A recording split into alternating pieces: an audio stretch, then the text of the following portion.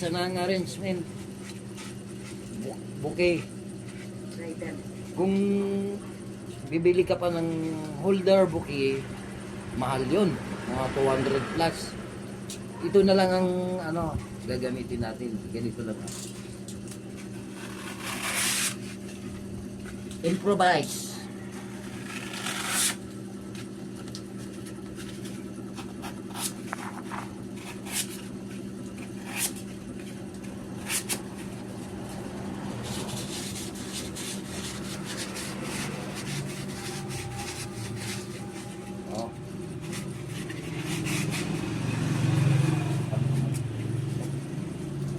Kumuha ko ng stick para holder bouquet.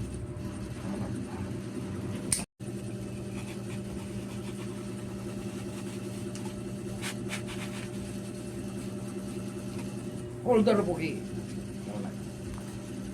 Ito na yung ginawa kong improvise holder bouquet. Improvise.